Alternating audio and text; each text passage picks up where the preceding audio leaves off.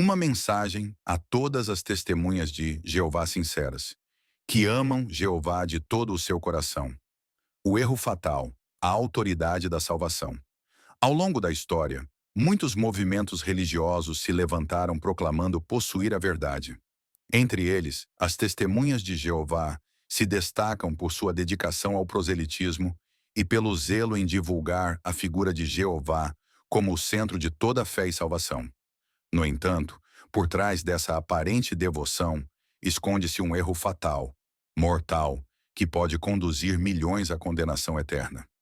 Não se trata apenas de negar que Jesus é Deus. Não se resume a chamá-lo de Miguel Arcanjo ou a considerá-lo uma criatura criada por Jeová. O verdadeiro perigo está em algo ainda mais profundo, a transferência da primazia da salvação do Filho para o Pai, em contradição com a revelação clara das Escrituras. A Bíblia afirma repetidas vezes que Deus, o Pai, entregou toda a autoridade de salvação ao Filho. Jesus declarou com firmeza: "É-me dado todo o poder no céu e na terra." Mateus 28:18. Negar essa autoridade é rejeitar o decreto divino, é desprezar a vontade expressa do próprio Jeová. O Evangelho de João enfatiza que o Pai não deixou o juízo em suas próprias mãos, mas o concedeu inteiramente ao Filho. E o Pai a ninguém julga, mas deu ao Filho todo o juízo, para que todos honrem o Filho, como honram o Pai. Quem não honra o Filho, não honra o Pai que o enviou. João 5:22-23. A implicação é clara. Rejeitar a supremacia de Cristo é, na verdade, desonrar o próprio Jeová que o exaltou. Ao contrário da ênfase das testemunhas de Jeová, a Escritura não aponta Jeová como o nome pelo qual importa que sejamos salvos. O apóstolo Pedro declara diante do Sinédrio: "E em nenhum outro há salvação, porque também debaixo do céu nenhum outro nome há, dado entre os homens, pelo qual devamos ser salvos." Atos 4:12. Esse nome é Jesus, não Jeová. As próprias testemunhas de Jeová, em suas publicações, reconhecem que convém que Cristo reine até que um dia entregue o governo a Jeová. Essa frase é baseada em 1 Coríntios 15:24-25. Depois virá o fim, quando tiver entregado o reino a Deus, ao Pai, e quando houver aniquilado todo o império e toda a potestade e força. Porque convém que reine até que haja posto a todos os inimigos debaixo de seus pés. Mas em vez de compreenderem que o Pai determinou que Cristo reine até colocar tudo sob seus pés, eles desprezam o Filho, não confiando nele de forma absoluta para a salvação. Pelo contrário, vão de casa em casa proclamando a inferioridade de Cristo, ao invés de anunciarem que ele é o único meio de salvação. O erro fatal, portanto, não é apenas conceitual ou teológico. Ele é existencial e eterno. Quem coloca a confiança primária em Jeová, mas rejeita o Filho como único mediador, incorre na condenação anunciada por Cristo. "Se não crerdes que eu sou, morrereis em vossos pecados." João 8:24. Deus, em sua soberania, estabeleceu que todo joelho se dobrará diante de Jesus e toda língua confessará que ele é Senhor. Filipenses 2:10-11. O livro de Hebreus vai ainda mais longe ao afirmar: "E outra vez, quando introduz no mundo o primogênito, diz: e todos os anjos de Deus o adorem." Hebreus 1:6. Isso inclui o anjo Gabriel e todo o exército celestial. Rejeitar essa verdade é cometer o erro mortal de inverter a ordem divina. É tentar acessar o Pai ignorando o Filho, quando o próprio Jesus disse: "Eu sou o caminho e a verdade e a vida. Ninguém vem ao Pai senão por mim."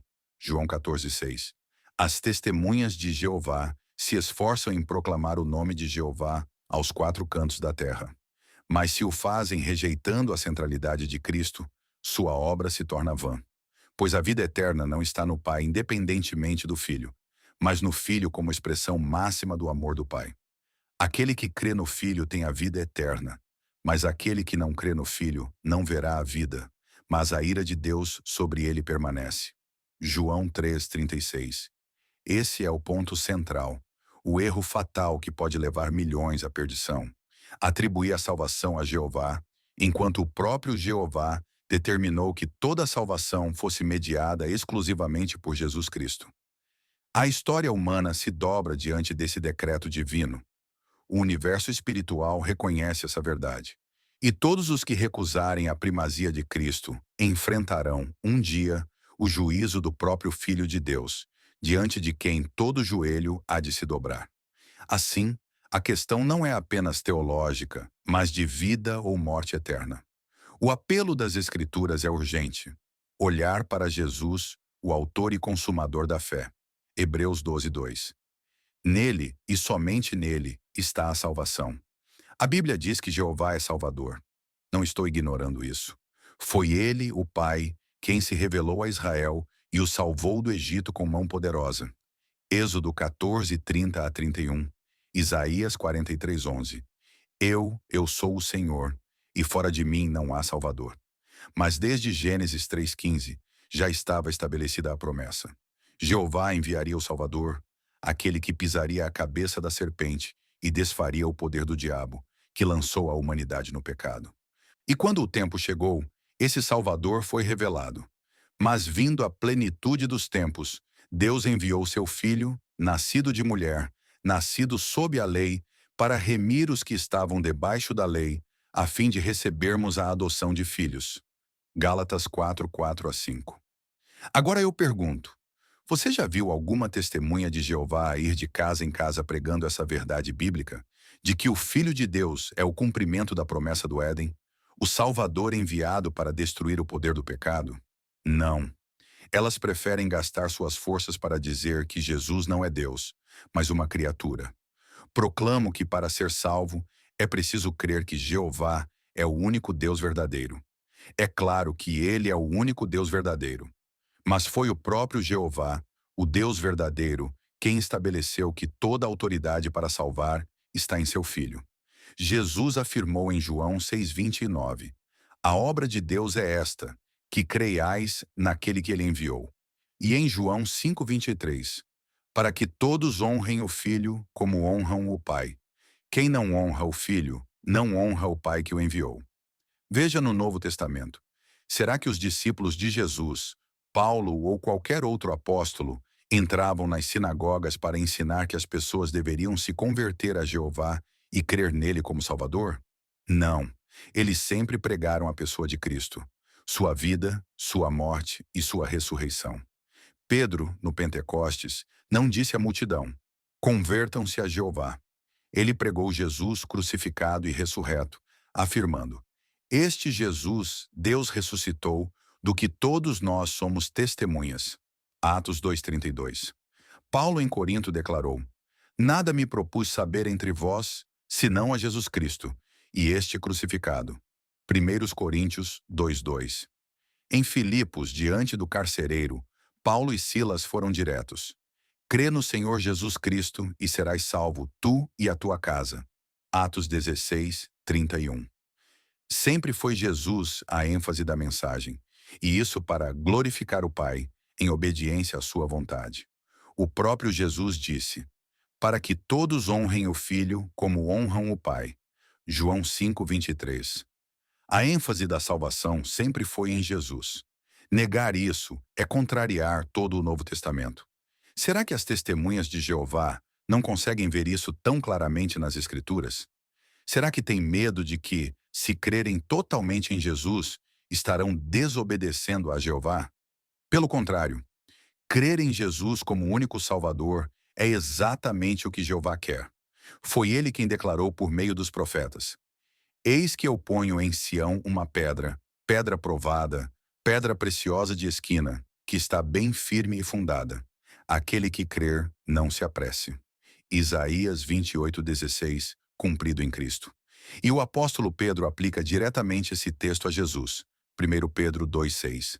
Rejeitar o filho é rejeitar o pai. Honrar o filho é honrar o pai. E quem não fizer assim, será rejeitado pelo próprio Jeová.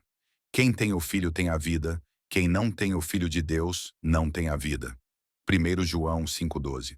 Conclusão. Testemunhas de Jeová sinceras, que amam a Jeová e dedicam suas vidas a ele, percebam isto. A salvação não depende, em primeiro instante, de possuir conhecimento profundo e técnico sobre quem é Jeová ou quem é Jesus. A prioridade, segundo a palavra de Deus, é clara. Se com a tua boca confessares ao Senhor Jesus e em teu coração creres que Deus o ressuscitou dentre os mortos, serás salvo. Romanos 10, 9. A salvação é obra da fé em Cristo. O conhecimento posterior sobre a identidade do Pai e do Filho aprofunda o relacionamento, fortalece a comunhão, mas não é a condição inicial para receber a vida eterna. Veja os exemplos. O ladrão na cruz, ele não fez um tratado teológico sobre Jeová ou sobre Cristo, apenas clamou: Jesus, lembra-te de mim quando entrares no teu reino.